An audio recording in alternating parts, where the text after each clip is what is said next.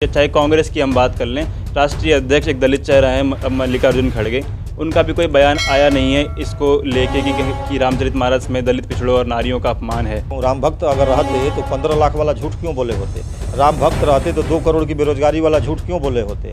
राम का नाम लेके झूठ कैसे बोला जा सकता है? ठीक है, राम से डर गए, राम भक्तों से डर गए। जो खुद ही राम भक्त हैं वो किसी राम भक्त से क्यों डरेंगे? मल्लिकार्जुन खड़गे जी भी राम भक्त हैं। भारत में सबसे बड़ी समस्या, आर्थिक से बड़ी समस्या है सामाजिक समानता की। तिवारी तो भगवा पहन सकते हैं ना, उनको तो अनुमति। तिवारी के बाबूजी का ठिका है भगवा उनके बाबूजी का ठिका नहीं है, और न किसी भाजपाइयों के संघियों का ठिका है।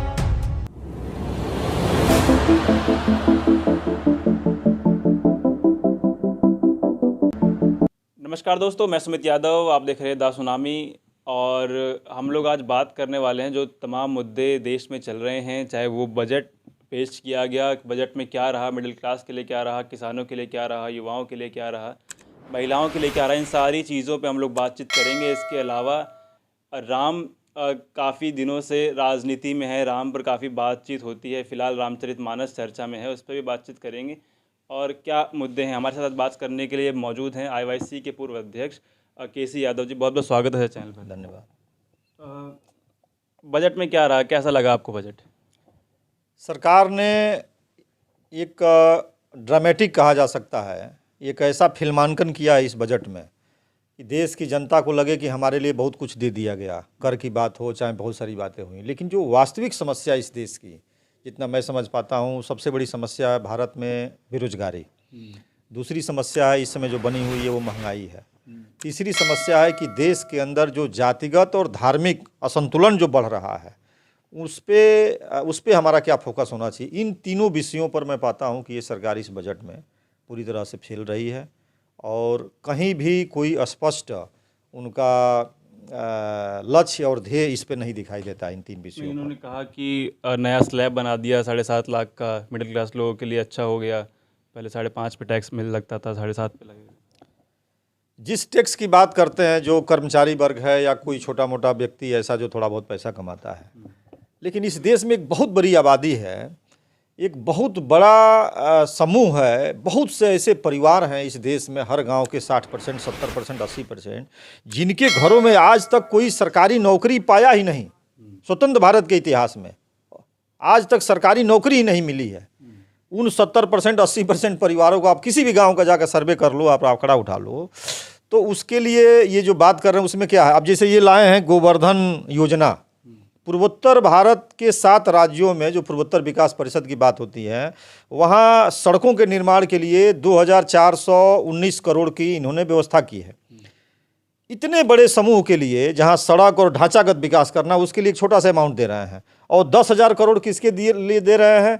गोवर्धन योजना। गोवर्धन योजना का क्या मतलब है? गाय सड़ के मर रही हैं, संघ परिवार के लोगों की NGO है, कंपनियां हैं, ठेके हैं, एजेंसियां हैं, और उसमें ये दे रहे हैं। तो कहीं तो गाय पे राजनीति करते हैं, गौ सेवक हैं। तो गौ सेवक कितने ये दिख रहा है। अभी मध्य प्रदेश का वो वीडियो आया है ना कि गाय सड़ के मर रही हैं और उसमें जो कीड़े हैं पानी में, उन कीड़ों को जो बची हुई गाय है वो पानी पी रही हैं। तो ये इनका नाटक है। ये पैसे अपने चहेते लोगों को लुटाने के लिए अपने चहेते लोगों को दे रहे हैं। अगर रोजगार की दिशा में भारत में कैसे नए लोगों को रोजगार मिलेगा, मैं बहुत स्पष्ट नहीं हूँ, लेकिन मैं मोटा मोटी जो जानता हूँ कि चाइना आज एक दिन में अपने यहाँ 50,000 के आसपास युवाओं को रोजगार देने के लिए जो छोटे मोटे वो कुटीर उद्योग जो विकसित किया है, नए युवा जुड़ रहे हैं, और भारत में वो आंकड़ा मात्र 400 पे है, 400 युवा हैं। तो आप इसी समझ जाओ कि ये देश को किस दिशा में ले जा रहे हैं। ये गाय गोबर और इन चीज़ों में उलझा के रोजगार भी दे रहे हैं, कहने 75,000 रोजगार दिया। 75,000 रोजगार दिए। 30 लाख से अधिक नौजवान, 30 लाख से अधिक तो नौकरियां वो खाली हैं जो पहले से रही हैं।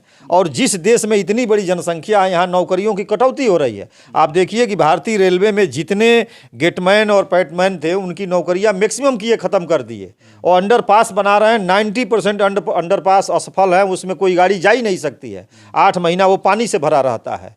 तो एक तरफ रोजगार मार दिया गया और दूसरे तरफ वहाँ के स्थानीय निवासियों को तबाह किया गया। इनकी हर योजना इस देश के हर गरीब आम आदमी को तबाह करने की है।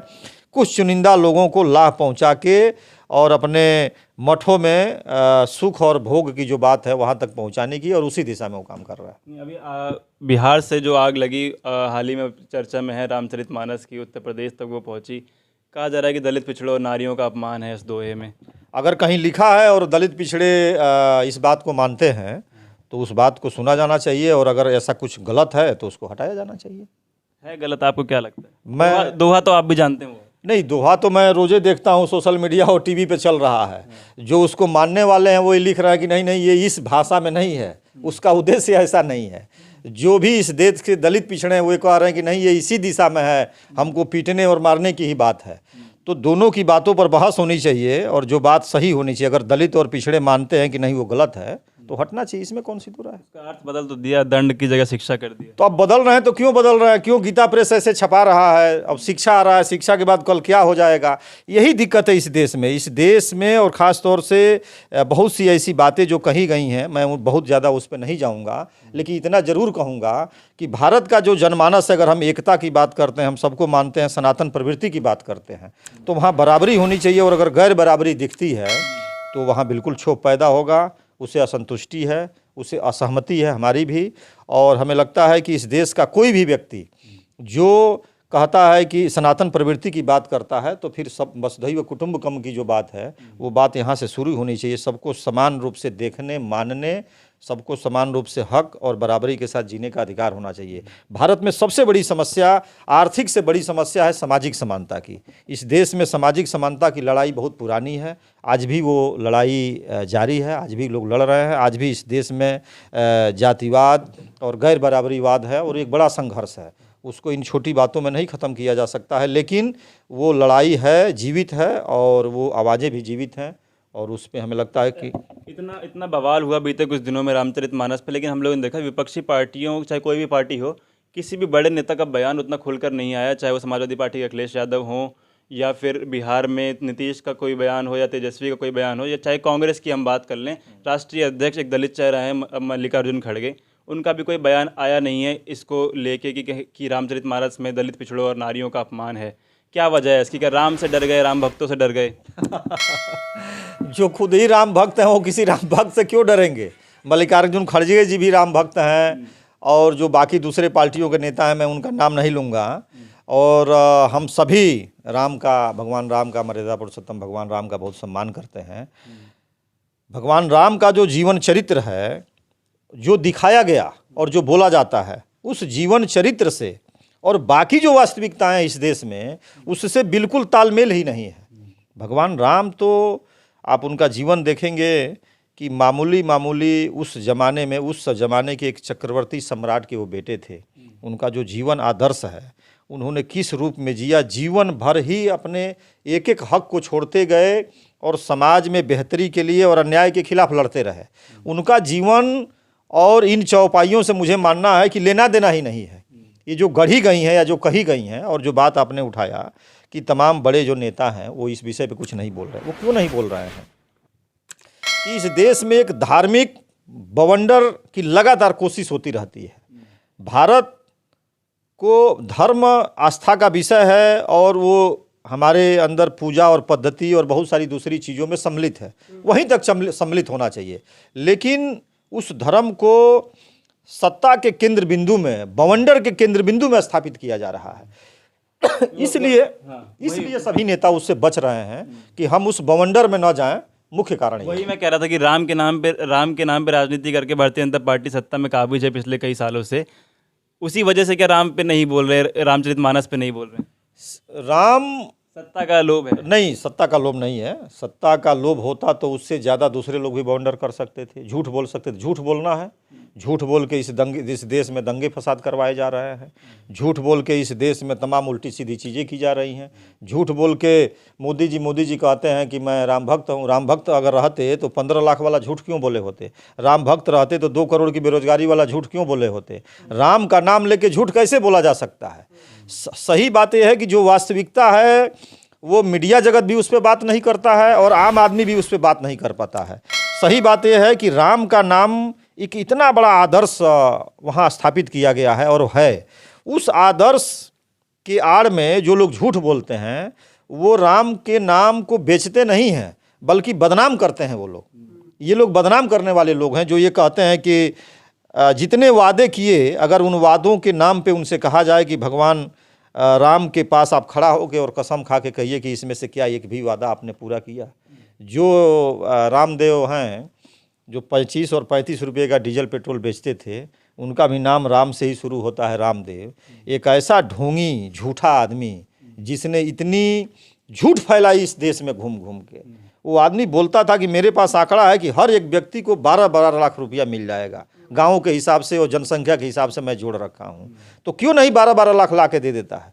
क्यों नहीं 80 और 75 रुपये का जो डीजल पेट्रोल जो कहता था कि हम 25 रुपये और 35 रुपये वाली सरकार देंगे, तो ला के उसको देना चाहिए। तो देखिए वास्तविकता ये है कि राम ने रोटी की बात की थी, राम भूखों को रोटी देने की बात किए, राम उस जटायु का संस्कार किए जिसको कोई पूछने वाला नहीं था, जो जंगल में फंसे हुए थे।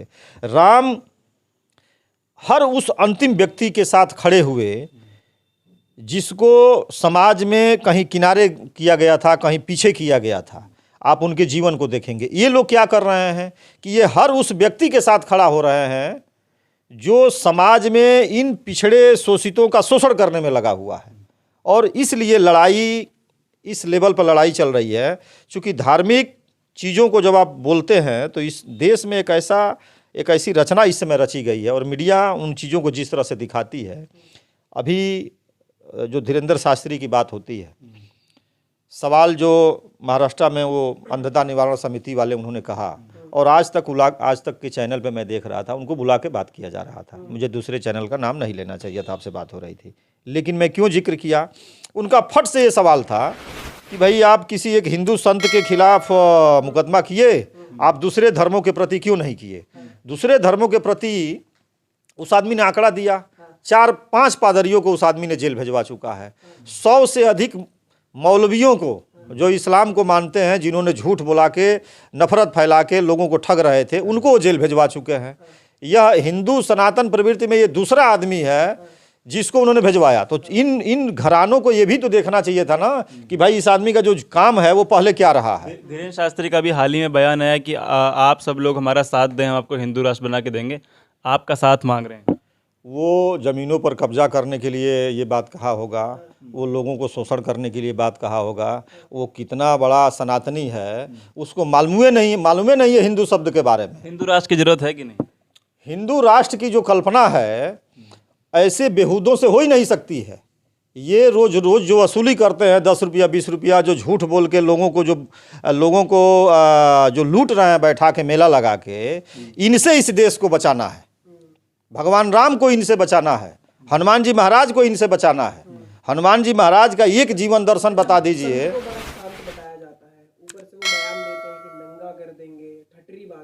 तो मैं कह रहा हूँ कि वो संत नहीं है, ये फटीचल टाइप का कोई व्यक्ति है। ऐसे लोगों को ही इस देश में मीडिया जगत में और तमाम यूट्यूबों पर संत बना दिया जा रहा है। संत वो हैं, आप चले जाइए हिमालय में, संत हैं आप चले जाइए ऋषिकेश से आगे। संत तो वो है ना जो तपस्या में दिन भर लीन रहते हैं। मैं भी गया हूँ हरिद्वार में, देखा हूँ कि संत लोग शाम को अगर जंगलों से निकल के आए तो उनको कहीं अगर थोड़ा सा कुछ दाना मिल गया प्रसाद तो लिए और फिर चले गए तपस्या में। वो ईश्वर की खोज में लगे हैं, मानवता की भलाई की खोज में लगे हैं। राहुल गांधी ने कहा संत की जरूरत नहीं है, तो इस पे भी बहुत विवाद हो गया था, तो कैसे बयान करेंगे? नहीं, पुजारियों की जरूरत नहीं, हमारे देश में तपस्वियों की जरूरत है। हाँ, मैं वही कहा कि संत वाली बात नहीं गए थे, पुजारी वाली बात। राहुल जी पुजारी और तपस्या की जो बात किए हैं, आप एक उदाहरण बताइए इस देश में पुजारियों का जिन्होंने कोई चमत्कार या जिनका कोई ऐसा इतिहास मिलता हो, लेकिन आपको 1000 उदाहरण मिल जाएंगे संतों का जो रियल में संत हैं, जो आज भी तपस्या में लीन है। आप भी मिलने जाएंगे तो जल्दी मिलना नहीं चाहते हैं, वो डांट के बोलते हैं कि भगो हटो जाइए। वृंदावन में कुछ लोग ऐसे मिलेंगे जो ईश्वर की खोज में लगे हैं, जो ईश्वर की भक्ति में लगे हैं, कहते हैं कि क्यों हमारे पास आए हो, क्या हमको जरूरत है तुमसे। तो जो ईश्वर को खोज रहा है, जो तपस्या क्या है, जो आपको दाना पहुँचा रहा है। ईश्वर कौन है? ईश्वर वो है जो आपके जीवन को चला रहा है। पीपल का वृक्ष ईश्वर है जो 24 घंटा आपको ऑक्सीजन दे रहा है। किसान ईश्वर है, उसकी आत्मा में ईश्वर बसा है, जो दिन भर मेहनत करता है, खेतों में काम करता है और फसल उगा के दे रहा है। तो भोजन हम खा रहे हैं, हम जी रहे हैं।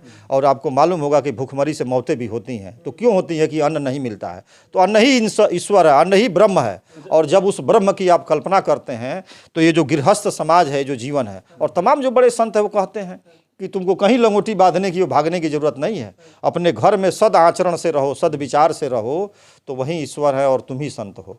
अभी बात कर रहे थे हमारे देश में बेरोज़गारी का बहुत बड़ी समस्या है, भुखमरी की बहुत बड़ी समस्या है, महिलाएं आगे नहीं निकल पा रही हैं, पिछड़े आगे नहीं निकल पा रहे हैं।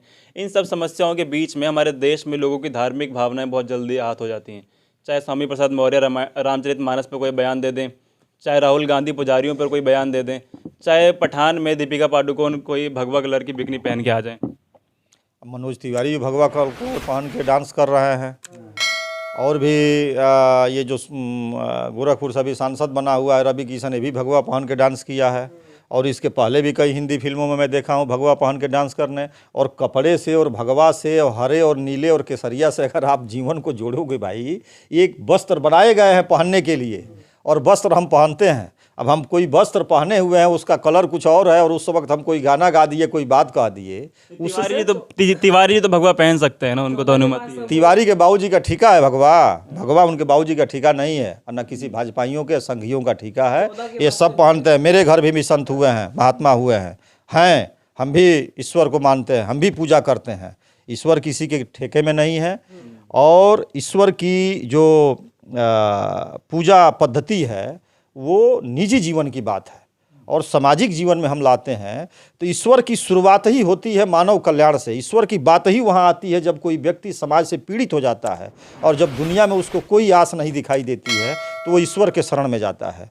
तो ईश्वर का कपड़े से और इससे क्या लेना देना। नहीं, जैसी व्यवस्था है सनातन व्यवस्था, जैसे तिवारी जी, मिश्रा जी, चौबे जी, इनको तो अधिकार है भैया, चाहे भगवा पहन सकते हैं, बाकी कोई क्यों पहनेगा? कहीं कोई अधिकार नहीं है, और अगर ऐसा कोई मानता है तो वो गलत है, और मैं व्यक्तिगत रूप से कह रहा हूँ कि ऐसा मैं बिल्कुल नहीं मानता। ठीक है, बहुत शुक्रिया आपका। तो तमाम मुद्दों के बीच में क्या चीज़ें सामने निकल के आएंगी 2024 की, हम लोग अब बार बार हम लोग बात करते हैं। तो रामचरितमानस का मुद्दा, राम मंदिर का मुद्दा 2024 में क्या दोबारा से मुद्दा बन जाएगा? क्या उन लोगों की बात होगी जिन लोगों की बात आप लोग, हम लोग सब करना चाहते हैं? दलितों की बात होगी, पिछड़ों की बात होगी, बेरोजगारों की बात होगी, महिलाओं की बात होगी कि नहीं होगी? किन मुद्दों पे 2024 का चुनाव लड़ा जाएगा? विपक्षी पार्टियां किन मुद्दों पे एक साथ आएंगी, या आ पाएंगी क्या नहीं आ पाएंगी? हम लोगों ने देखा कि तेलंगाना अखिलेश जी, केजरीवाल जी, भगवंत मान जी, तमाम लोग गए। क्या तीसरा मोर्चा बन के तैयार होगा? 24 की बात कई लोग कर रहे हैं, और किन मुद्दों पर आएंगे तो किन मुद्दों पर साथ में आएंगे? फिलहाल ये वीडियो मैं खत्म कर रहा हूँ। आप लोगों से मुलाकात होगी अगली वीडियो में। जुड़े हमारे साथ, तब तक के नमस्कार।